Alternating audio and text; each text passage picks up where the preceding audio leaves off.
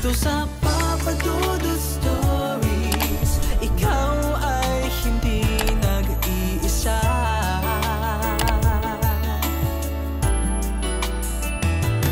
Dito sa Papa Dudut Stories, may nagmamahal sa'yo. Papa Dudut Stories. Dear Papa Dudut, sa lahat po ng mga nakatutok ngayon, huwag pong kalimutan mag-like, mag-share at mag-subscribe. Maraming salamat po sa inyong lahat.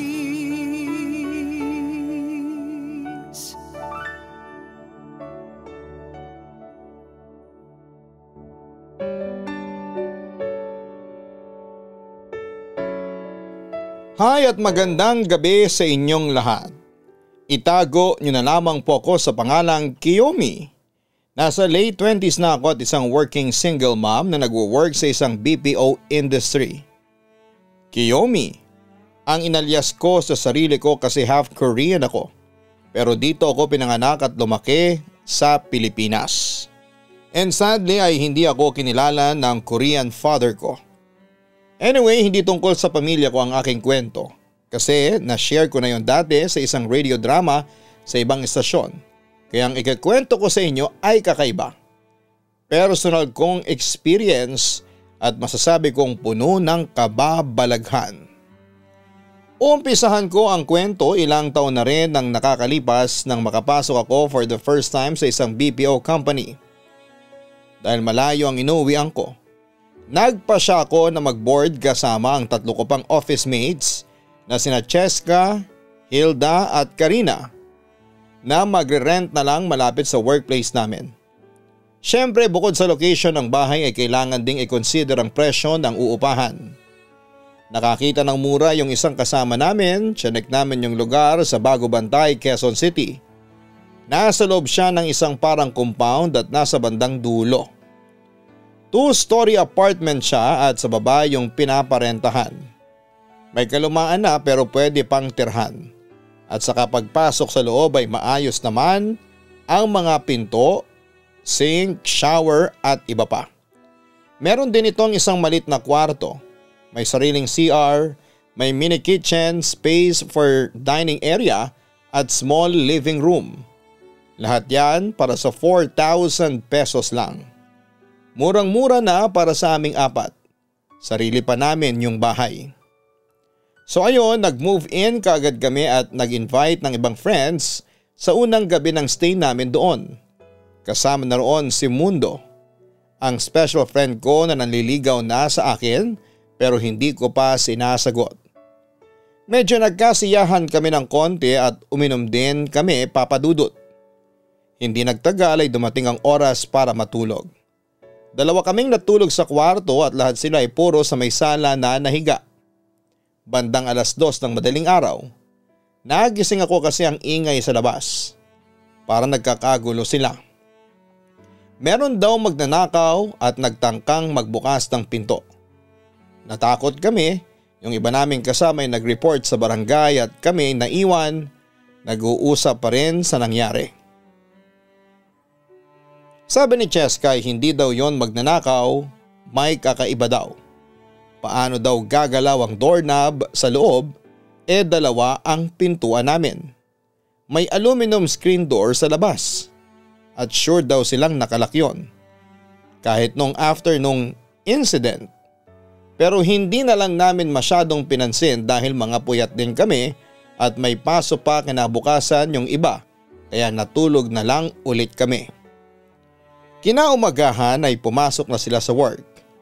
3 kaming naiwan dahil wala pa kaming pasok doon. Si Cheska, ang bisita naming si Mundo at syempre ako. Lahat kami sa sala na nagpahinga. Maya-maya ay nagkwentuhan kami. Sabi nilang dalawa, may kakaiba daw silang nararamdaman sa bahay. At dahil nga hindi ako nagpapaniwala sa mga multo, hinayaan ko na lamang silang mag-usap at natulog ako. Pagkatapos ng ilang minuto ay nalimpungatan ako at nagulat sa nakita ko. May black lady sa may tapat ko pero nasa bandang dining area. Pagpikit ko saglit ay mas lalong lumapit siya sa paanan ko. Hanggang sa naramdaman ko na lamang na niyakap ako ni Cheska at may binubulong siya sa akin na hindi ko maintindihan. Habang yung mata niya, masama yung tingin sa isang side ng bahay. Pahigpit ng pahigpit yung yakap niya. Pinilit kong sumigaw, binabanggit ko ang pangalan ni Cheska pero hindi ako makapagsalita. Hanggang sa nasabi ko ang pangalan niya at nagising ako. Masamang panaginip pala. Grabe, parang totoo natakot ako. Same place, same scenario, parang gising din ako noon. Tinanong nila ako kung ano ang nangyari kaya kinuwento ko. Sabi sa akin ni Cheska ay hindi daw siya yung yumakap sa akin kundi yung black lady. Black lady? Nagtataka ang tanong ko. May nagpakita na sa akin black lady dito kanina lang. Kahit si Mundo, nakakita rin kanina pero sa labas. Kaya nung nagkwento ka ngayon na niyakap kita, hindi talaga ako yun. Baka yung black lady ang yumakap sa'yo. Pabulong na wika niya sa akin. Lalo naman ako natakot sa mga sinabi niya pero sabi ko ay baka nagkataon lang. Maya-maya ay para na naman akong nakatulog. Pero naulit na naman yung kanina. This time ay nakaupo ako sa sala at yung dalawa kong kaibigan ay nasa magkabilang gilid. Yung black lady nasa tapat ko pa rin at binibigyan ako ng kutsilyo. Hindi siya nagsasalita pero parang may nagsasabi sa akin na kunin ko ang kutsilyo at saksakin si Cheska sa puso. Habang si Mondo ay gilitan ko raw ng leeg. Ubaran at putulan pa ng ari. Kung di ko raw gagawin yon ay ako yung papatayin nila. Kinuha ko naman ang kutsilyo sa black lady pero binato ko yon sa malayo. Nagising ulit ako, Papa Dudut. Kinabahan ako at kinuwento ko ulit sa kanila. This time ay alam kong may mali na. Pagkatapos nilang marinig yung kwento ko ay para sila na yung natakot. Sabi ni Mondo, may balisong siya sa ilalim ng una niya. Nilagay niya doon dahil sa isyo na may magnanakaw kagabi. Natakot sila sa akin at baka sinusubukan daw akong sapian kaya lumabas na kaming tatlo ng bahay at tumambay sa labas. Pagkatapos noon, wala nang naiwang mag-isa sa bahay dahil takot na kaming lahat. Lagi ring naka-on ang TV para maingay. Pag may magsi-CR ay kailangang may bantay sa labas ng pinto at tuloy-tuloy ang kwentuhan. Nagwisik din kami ng asin sa loob ng bahay. Ang sabi nila ay wag daw naming pag-usapan para hindi ma-attract yung entity. Akala namin ay okay na kahit na medyo takot pa kami. Isang beses naman ay sinama ng boardmate kong si Hilda sa bahay yung anak niyang batang lalaki na 4 years old. Sa sala kami naglatag para matulog.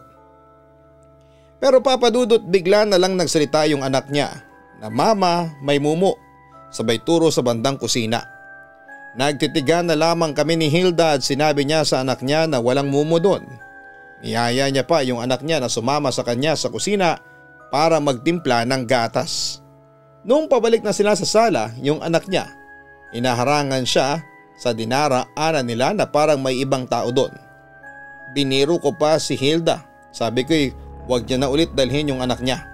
Hinayaan na lang namin yung nangyari. Pero pagkatapos ng ilang linggo ay nagkasiyahan ulit kami. At ganun ulit ang setup namin. Kami ni Karina ay natulog sa kwarto. Habang sa sala naman nagpa siyang matulog si Hilda. Kaming nasa kwarto ay bigla na lamang nakarinig na parang naghabol ng hininga at biglang umiyak. Si Hilda pala. Lumabas kami at nakita namin siya na iyak ng iyak. Sabi niya na naginip daw siya at nakita niya yung black lady. Pero this time ay sinasakal siya. Tapos pilit siya nitong tinakpan ng unan kaya nagpapalag siya. At yun nga, nakagalaw siya nang saklolohan namin siya. Dito na kami nag-decide na lumipat ng bahay. Wala pa yata kaming 1 buwan doon at kahit na di na ibalik yung deposit namin ay hindi na namin inantay dahil baka kung ano pa ang mangyari sa amin. Nakalipat naman kami kaagad sa iba pero yung takot ay hindi agad nawala. pero sa kabutihang palad ay maayos naman ang sumunod naming nilipatan. Akala ko papadudot ay hindi na ako makaka-encounter ng Black Lady.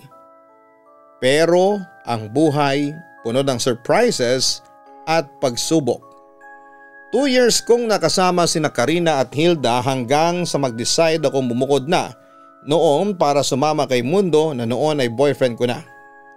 Nabuntis niya ako noon kaya nagpa siya kaming mag-live-in na. Tumira kami sa isang apartment doon din sa Bago Bantay.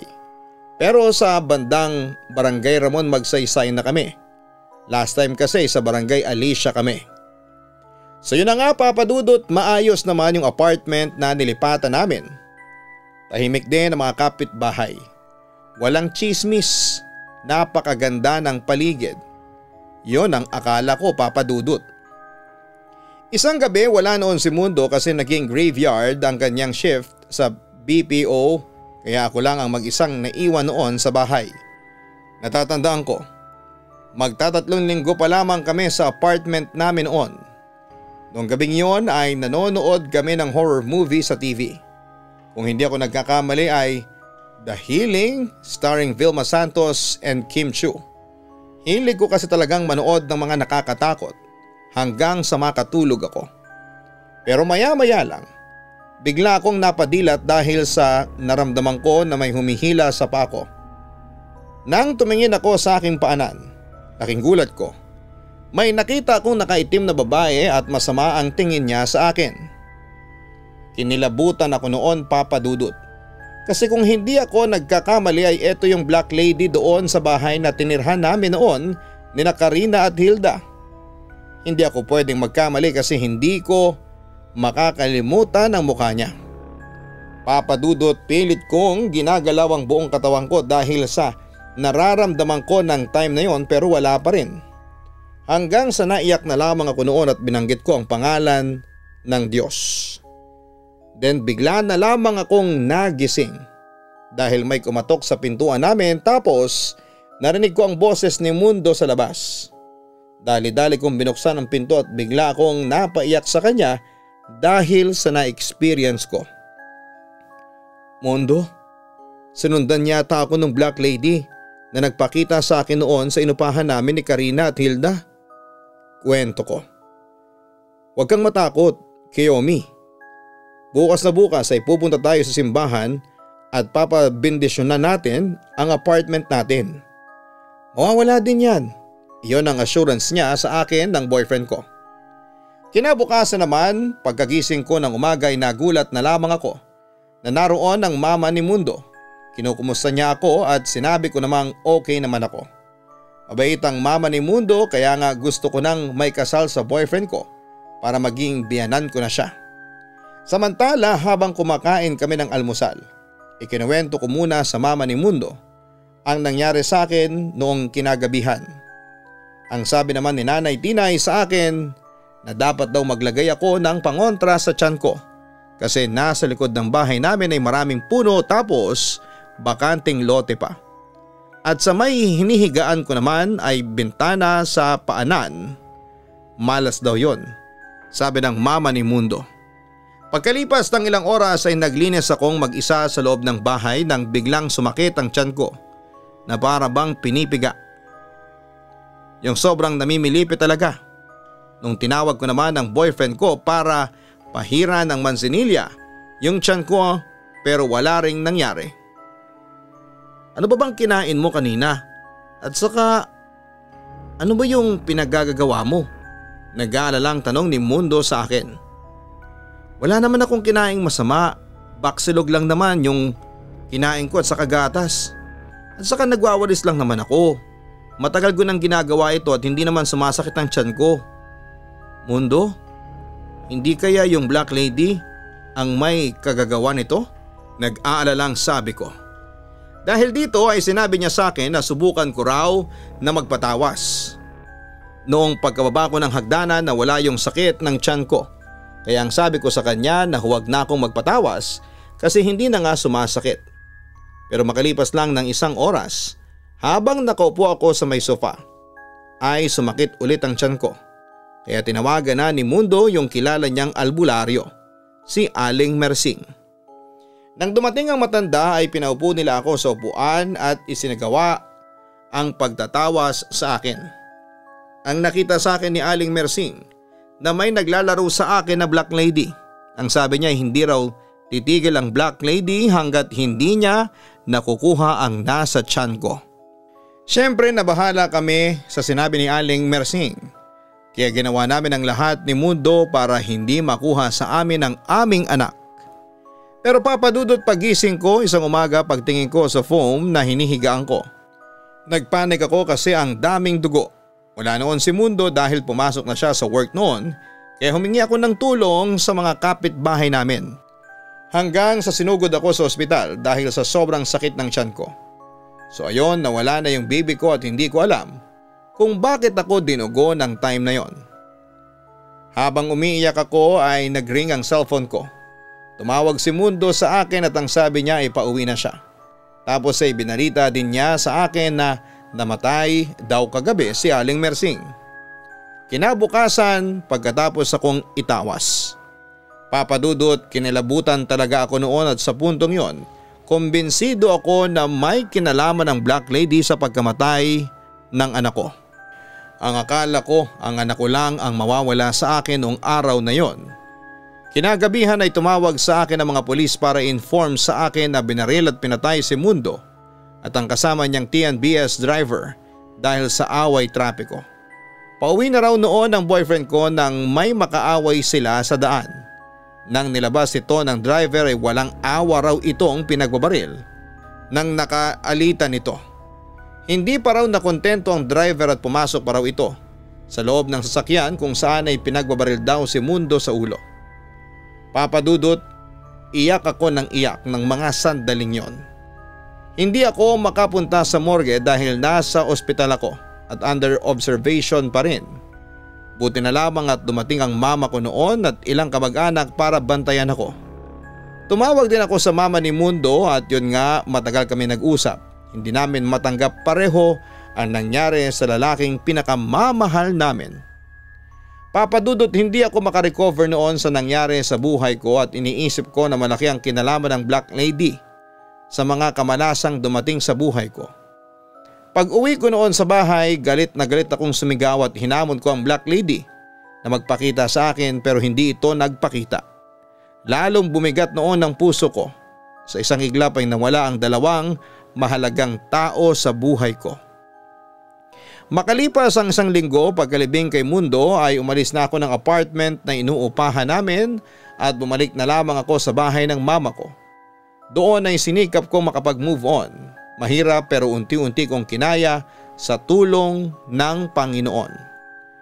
Hindi nagtagal ay nakarecover din ako. Nakabalik ako sa trabaho sa BPO pero hindi na ako nangupahan noon. Doon na ako umuwi sa bahay namin ni mama at pinagtsatsagaan ko ang traffic papunta at paalis ng aming opisina. Ang buong akala ko ay matatapos na ang problema ko sa buhay pero nagkamali ako. Dahil isang gabi ay napanaginipan ko si Mundo. Buhay siya pero nakagapos siya sa loob ng isang maduming kwarto at tanging bumbilyang maliit lamang ang nagsisilbing ilaw. Hindi ko alam kung ano naman ang meron sa akin noon pero hindi ko may galaw noon ang buong katawan ko. Pero nasa tapat ko lamang noon si Mundo. Mundo, buhay ka? Naiiyak kong sabi habang kaharap ko noon ng lalaking pinakamamahal ko. Mamaya ay nagsalita din si Mundo. Kiyomi, wala akong kasalanan sa kanya pero sa akin niya binunto ng galit niya. Hirap na ako, Kiyomi. Hindi ko na kaya yung pagpapahirap niya sa akin. Nagmamakaawang sabi ng boyfriend ko. Hanggang lumitaw ang kinakatakutan ko sa gitna ng dilim. Dala-dala nito ang isang maliit at dugoang fetus. Kinilabutan ako at napasigaw dahil ang nakita ko noon ay walang iba kundi ang black lady na nanggugulo sa buhay ko. Papadudot kitang-kita ko nang kainin ng black lady ang fetus na hawak niya sa kanyang kamay. Dahil doon ay nagsisigaw na ako sa galit dahil alam kong anak ko yung kinakain ng black lady. Mamayang kaunti ay lumapit na ito kay Mundo na noon ay umiiyak at parang may gustong sabihin pero wala nang lumalabas sa kanyang bibig. hanggang biglang naglabas ng kutsilyo ang Black Lady at walang awang ginilitan si Mundo. Napasigaw ako nang makita kong nangingisay si Mundo habang tumatalsik ang itim na likido na nagmumula sa kanyang leeg. Hindi pa nakontento ang Black Lady noon at hinubaran pa niya ang boyfriend ko at pinutulan pa ng ari ito. Dahil sa nasaksihan ko ay pinilit ko talagang magising, lalo na noong kainin ng Black Lady ang naputol na pagkalalaki ni Mundo. Sigaw ako ng sigaw noon, Papa Dudut. Alam kong panaginip lang yon pero damang-dama ko talaga na parang totoo yon. Hanggang sa nakita kong lalapit na sa akin ng Black Lady. At sa puntong yon ay nakita ko na ang pagbabago sa kanyang anyo. Naging isang halimaw na ito na may sungay at mahahabang pangil. Sa puntong yon ay tinawag ko na ang pangalan ng Diyos. At yun nga ay bigla akong nagising sa aking panaginip. Yun ang akala ko dahil pagkagising ko ay agad na bumulaga sa akin sa aking paanan ang lumulutang na Black Lady. Sino ka ba? At ano bang kasalanan ko sa iyo? Bakit mo ba ginawa sa akin to? Tanong ko sa Black Lady na nasa paanan ko. Hindi ito kumibo at nanatiling nakatingin lamang sa akin. Mamayang kaunti ay nagsalita ito. Masama ang iyong ina. Dahil sa iyo kaya iniwan ako ng lalaking pinakamamahal ko. Namatay ang anak ko dahil mas pinili ni Lee ang nanay mo para panagutan kesa sa akin. Sabi ng Black Lady. Nagulat ako nang marinig ko ang pangalang Lee. Ito kasi ang pangalan ng Korean father ko. Bakit ka magagalit sa amin? Hindi naman sila nagkatuluyan ni Mama. Iniwan din si Mama ng Koreanong yun. Hindi niya ako kinilala bilang anak. Galit na sagot ko. Nagalit siya nang malaman niyang nagkamali siya ng desisyon na piliin ng nanay mo. Nalaman kasi ni Lee na hindi pala siya ang tatay ng pinagbubuntis ng nanay mo, kundi ibang lalaki. Malandi ang nanay mo, kaya siya iniwan ni Lee dahil manloloko siya. Galit nitong balik sa akin. Sumabog naman ako sa galit. Huwag mong pagsabihan ng masama ang nanay ko. Hindi siya masamang babae, giit ko pa. Bakit hindi mo itanong sa kanya? Alamin mo sa kanya ang totoo. Dare sa akin ang Black Lady. Ano bang nangyayari sa iyo? Pagkamatay ng anak mo. Sa puntong yon ay naiyak na ako sa takot. Nagpakamatay ako dahil hindi ko noon maatim na mapunta si Lee sa nanay mo. Pero nagkamali ako ng desisyon dahil sa kabilang buhay ay nakita ko ang panluloko ng nanay mo sa lalaking mahal ko, kaya nagdesisyon akong bumalik at maghiganti. At ikaw ang pinaghihigantihan ko para lalong masaktan ang nanay mo. Galit na sagot ng Black Lady sa akin.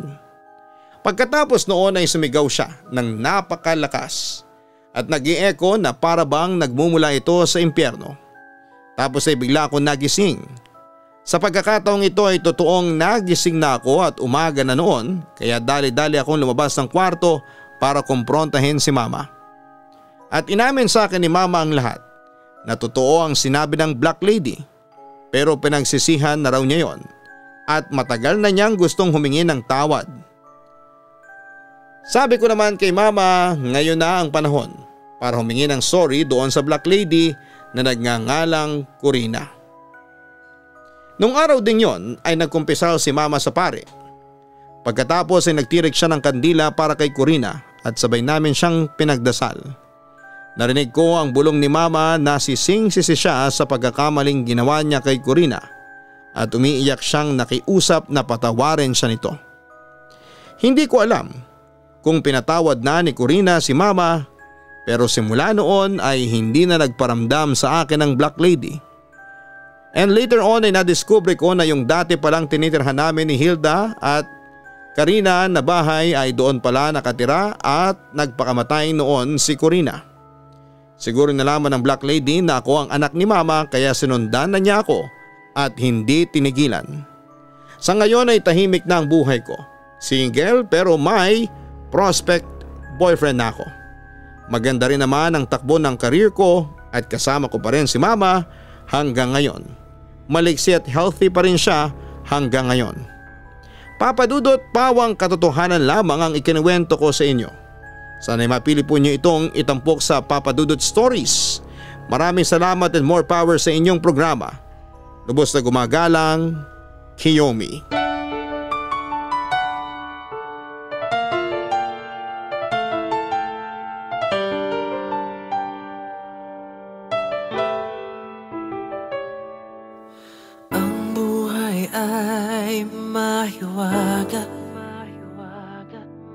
Laging may lungkot at saya sa Papa Dudut Stories. Laging may karamay ka.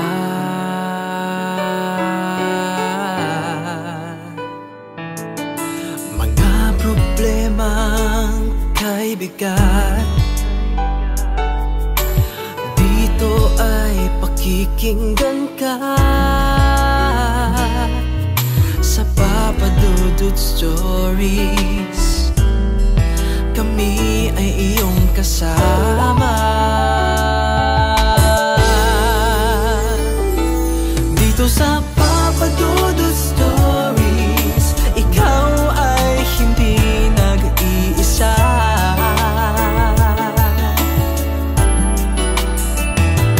Dito sa Papa Dudut Stories, may nagmamahal sa'yo.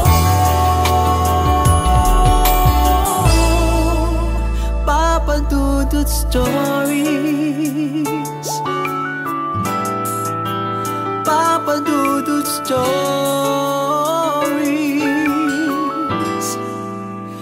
Papa Dudut Stories.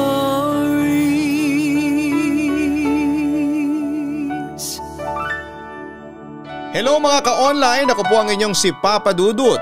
Huwag kalimutan na mag-like, mag-share at mag-subscribe. Pindutin ang notification bell para mas maraming video ang mapanood ninyo. Maraming salamat po sa inyong walang sawang pagtitiwala.